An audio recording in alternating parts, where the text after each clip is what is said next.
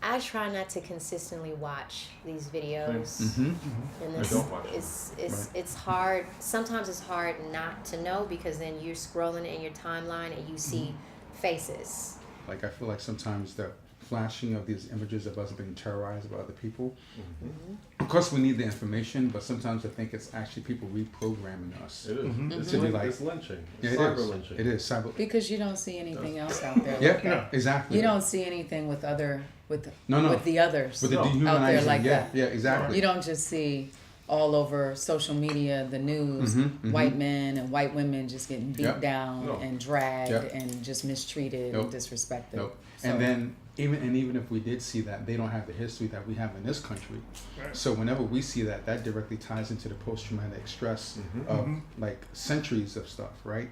So and if we do see it, it's also not black cops and black people beating on them. Right, exactly.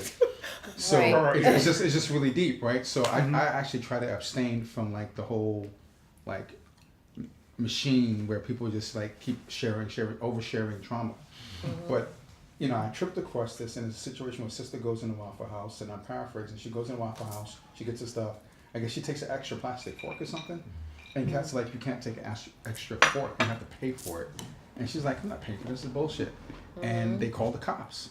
And the cops roll up immediately, and they start to arrest her without even asking any problems. And she's real cool, real mellow, like, well, why are you arresting me? What is this about? And as they're arresting her, like, they're pushing her to the floor, then her breasts pop out, and there's two white cops on there. One of them is like pulling down, looks like he's pulling down her shirt. So it's like she's being arrested, but she's also being molested in a sense.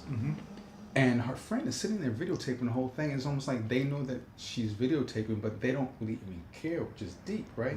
So I'm sitting there and I'm talking to my sweetheart Yazura, and she's like, "This is some bullshit." She just hits it, right? Because I was saying as well earlier that I haven't dated.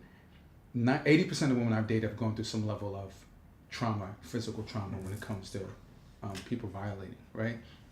So she goes there and she says, what's some bullshit about this is that whenever I don't hear the outrage when sisters are touched like this, like whenever brothers are touched, whether it's Philandro Castle or whoever, Castile, men and women go crazy on the Twitter, IG, Facebook, but when there's a sister that gets touched, you hear a lot of sisters' voices, but the brothers are deaf.